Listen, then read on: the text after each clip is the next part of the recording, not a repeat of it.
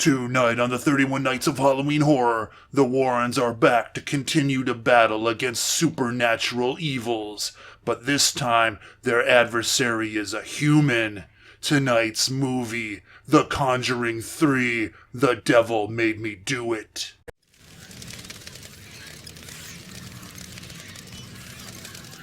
Hello everybody and welcome back to another episode of the 31 Nights of Halloween Horror! The Year of Infamy! Yes! Episode number 11. Holy shit, we are basically one third of the way through this massacre of a marathon. And tonight, I thought, you know what? I've already reviewed one movie that came out this year. Why don't I review another movie that came out this year? Part of a series that has been quite consistent, at least the mainline. The whole universe portion has been kind of hit or miss. But the mainline films have all been pretty good up until now. Or shall they continue? Well, let's find out with tonight's movie, The Conjuring 3, The Devil Made Me Do It. Otherwise known as The Conjuring, The Devil Made Me Do It. I don't know, they added the 3 because people were confused whether or not it was a sequel or what. I don't know. Anyways, that's neither here nor there. The Conjuring 3, what is it about? Well, my friends, it begins with our protagonists, the Warrens, helping a family in need. Their youngest child is possessed by an evil entity and is being very violent, and so they are helping them out. The Exorcist priest arrives, a very Exorcist-like shot of him arriving at the home. Is it a ripoff or is it an homage? I would say homage because, you know, it's... Anyways, so, of course, he arrives and let's get down to the exercising. That sounds more like a workout than anything, but I digress. Let's get on with it. So they start to do the thing. It starts going haywire and the boy starts whipping, freaking out and knocks shit over and injures the priest. So of course, you know, the main man, he just starts to like say, "Oh shit, man, I gotta take over." So Mr. Warren picks up where the priest left off, tries to complete the exorcism. Of course, things don't go right. He starts having a heart attack, and it looks rather bleak. So the boyfriend of the daughter, who is there, he's also a family friend, he pleads with the demon and basically says, "No, take me, you know, leave him alone and take me." And of course, Mr. Warren hears that and he's like, oh, heart attack, oh, yeah. Anyways, so of course the demon goes into the guy, kid is free. Mrs. Warren has a vision of some sort of weird ritual, and then they think, oh, everything's fine, except, oh my god, Mr. Warren, he's gonna die. Get him to the hospital, he's unconscious. Everyone else thinks everything is okay. Unbeknownst to them, poor guy is got the demon on him now. So, of course, by the time Mr. Warren is awake and cognizant and tries to say, no, the demon went to the guy, went to the boyfriend. It was too late. The boyfriend starts feeling really sick. He's not doing too well. He starts seeing things and visions and stuff like that. Anyways, he lives in this home that is also a animal shelter, and they basically the owner of the place, kind of a douche in a way, wants to has his radio fixed, wants to party, have some drinks, dances with the guy's girlfriend, and the guy's just like, no, I don't like what's going on. And he sees the owner of the place as some kind of monster trying to attack him. And of course, he ends up stabby, killy. Anyways, the police find him wandering the streets with blood all over him, and they're like, I think I might have hurt someone. So, of course, the guy is charged with murder, and they are seeking the death penalty. And the defense attorney is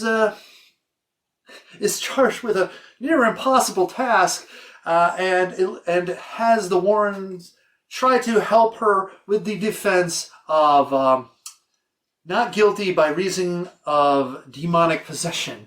So now the Warrens must investigate and find out, what's going on, because things are kind of strange, because normally in a demonic possession case, the person possessed by the demon can't read the Bible or touch religious artifacts or whatever. It just freaks him out, and he is just able to do everything perfectly fine. So they're like, what the heck's going on? And all I know is that they go back to the house, try to figure out what's going on, and they discover what's they call is a totem, a sort of witchcraft totem. And they realize that all of a sudden that there is foul play afoot. Yes, that they are a victim of a witch's curse. Well, I mean, not a witch's, but a witchcraftian curse. A curse made by witchcraft. Anyway, so they go to an expert. The expert says, oh, yeah, that's definitely a totem. And whoever's doing this, you better stay the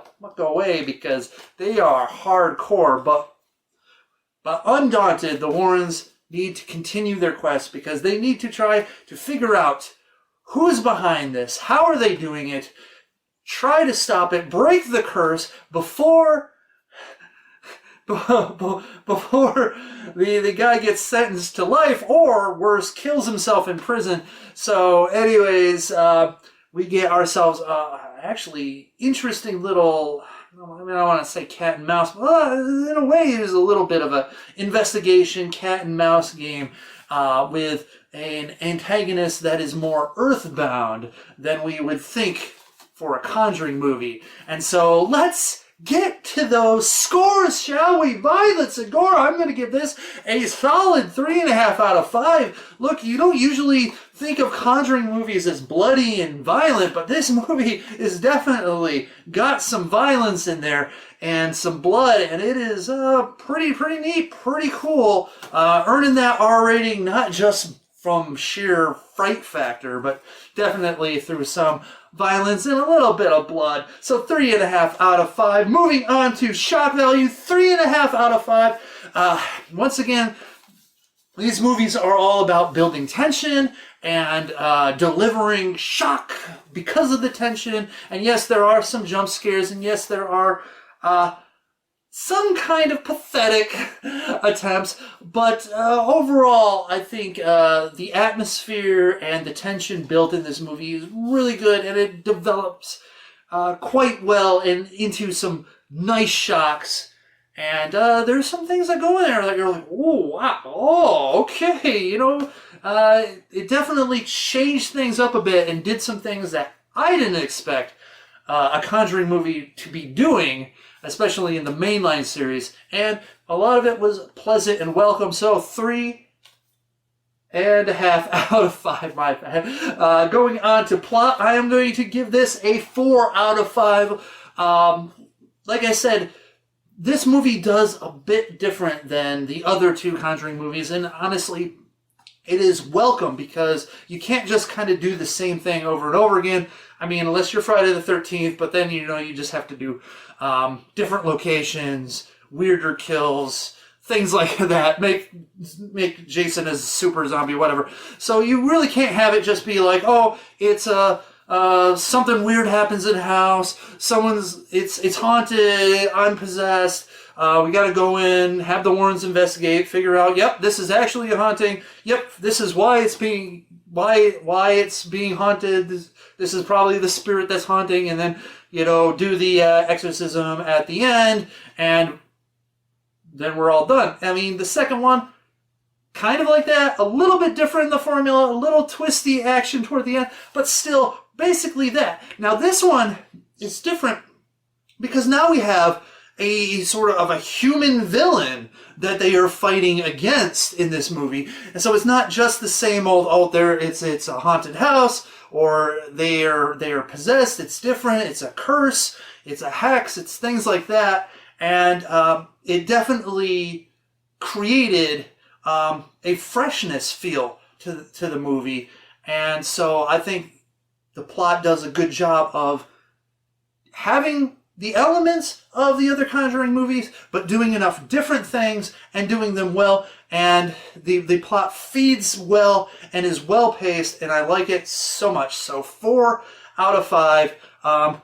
Makes me interested to see how Conjuring 4 will go and how they'll expand upon what they're doing. So anyways, 4 out of 5. Moving on to acting, I'm going to give it a 5 out of 5. Look, there are some great performances. Of course, you know, the actors playing the Warrens are great as always. You can feel their chemistry. You can you know, you like their characters. You feel for their characters. I think the supporting cast does a great job. You know, the poor boyfriend, I mean, he does a great job. Very emotive. The girlfriend also. There is an actor who you know, he played in what was it that show on Fox, the weird one with the multiple dimensions and his. They always had like the leaf as the symbol. I can't even remember, whatever. Anyways, he was great in that. He was great in Sleepy Hollow, and he's just great and wonderful to see still working in this movie. So kudos. So I'm going to give it a 5 out of 5. I mean, just lovely all around. Moving on to Nudity. It is the Conjuring universe, so nothing. 0. I mean, you know, maybe Conjuring 4, they'll deal with like a succubus, and maybe we'll get some succubus action. I don't know, but probably not. It's always going to be 0. I might as well not even mention it in the Conjuring universe. But anyway, 0 out of 5. Moving on to enjoyment factor, I'm going to give this a very, very strong 4 out of 5. Highly recommended. It is, you know, like I said, not as awesome as the first 2, but is still awesome. It is still a fun, enjoyable horror experience filled with tension and great moments and violence and goriness. And maybe they had to step up the violence and the blood a little bit more because, yeah, it's hard to like you know, top the first 2 movies, and maybe that's the reason is like they don't need to try. They should just pivot, but still be enjoyable and great. And I love it. 4.5 out of 5. My overall impression is a 4 out of 5. It is a strong movie with great acting, interesting plot. Yes, it's not as intense as the first one or the second one, but I mean, how can you get more intense than the first one? That movie just like, oh, it was unnerving you. You like at the end you could breathe. At the end of that movie you could start breathing. It was like magnificent. But I mean, come on, that's like top tier. That's probably the first Conjuring movie is probably one of the best horror movies released in the last 20 years, maybe even the last 25 years. Maybe even the last 30 years. I don't know. I mean, I might just think of putting it up there. But anyways, still awesome. Great. 4 out of 5. Spectacular. Highly recommended. If you like the other Conjuring movies, you're going to like this one too. So that averages out to a pretty dang good 3.5 out of 5. Just think if they would have had the succubus action. anyways. Okay, so there you have it. The Conjuring 3. The Devil Made Me Do It.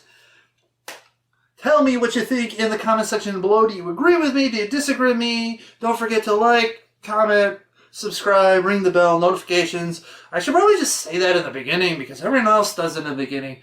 No one's here at the end. I mean, no one is here at the end of these No one's watching. You're not watching. I could do whatever I want. I could show some titties. No, I can't, because I bet you YouTube's got dedicated. No, it probably doesn't, because there's like a lot of stuff that goes on radio. But knowing me, someone's gonna watch this, and it'll be the wrong person, and they would. Yeah. Anyway, I don't know what I'm talking about. Anyways, until next time, internet, you stay scary, and remember.